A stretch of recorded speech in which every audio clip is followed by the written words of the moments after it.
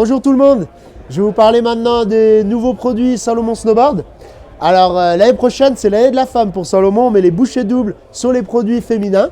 C'est pour ça qu'on a sélectionné ici pas mal de produits pour vous mesdemoiselles.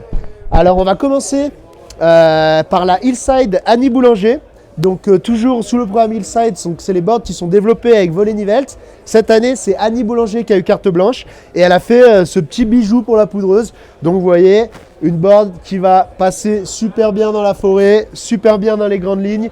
C'est une board mid-wide, donc qui va être un peu plus large qu'une board classique. Une bonne spatule ici pour jamais avoir de soucis dans la poudreuse. Et Annie, elle souhaitait avoir un petit aile en demi-lune comme ça, donc c'est pas un swallow mais on s'en rapproche. Les filles, je vous conseille d'essayer cette board. Elle sort en 149, taille unique. C'est Annie qui l'a développée pour vous. Normalement, vous devriez vous faire plaisir dans la poudreuse. Voilà, Annie Boulanger Hillside.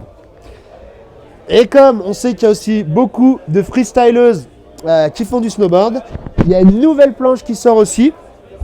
Qui sera la Salomon No Drama. Donc ça va être l'équivalent pour les femmes de la Huck Knife, une board de parc performante. Donc hop, vous voyez, avec une petite semelle comme ça, bien sympathique. Donc board de parc performante, c'est quoi? C'est pour la fille qui a envie d'envoyer un peu sur le parc, qui a envie de faire du gym et qui a aussi envie de se faire des gros kickers. La No Drama sera parfaite pour elle. Donc planche bien réactive de parc. Voilà. Et la troisième board. Nouvelle board, nouveau modèle également.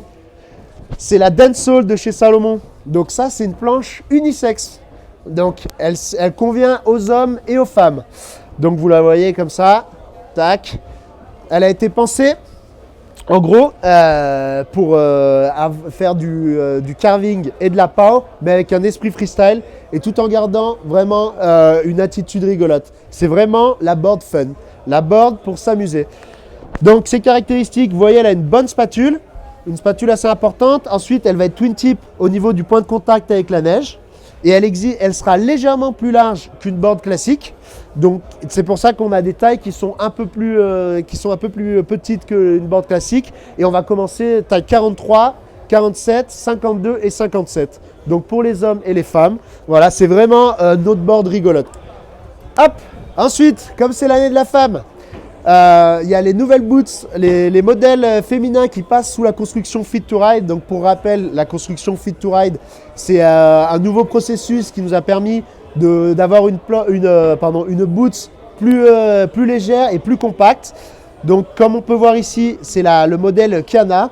L'année dernière, on avait deux modèles hommes qui étaient passés sous cette construction, c'était la Lunch et la Dialogue. Et cette année, c'est deux modèles femmes, la Kiana et la Ivy. Donc là, on peut voir, c'est le système double boa. Donc on a un boa ici qui va permettre de serrer le bas de la boot, cette partie, le coup de pied, tac. Et ensuite, le deuxième boa ici qui va serrer la languette.